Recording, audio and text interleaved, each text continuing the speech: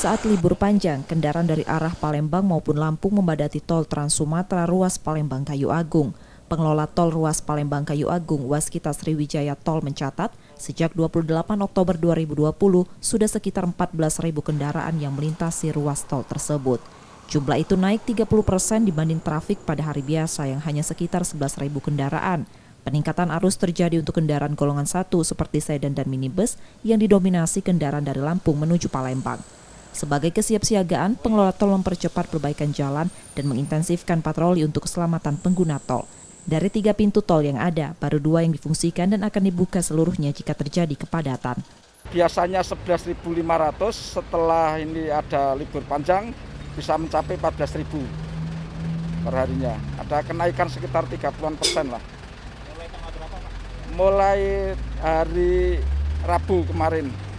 Peningkatannya relatif berimbang dari Palembang ke arah Jakarta maupun dari Jakarta ke Palembang. Tapi untuk hari Rabu dan Kamis kemarin lebih banyak yang dari Jakarta ke Palembang.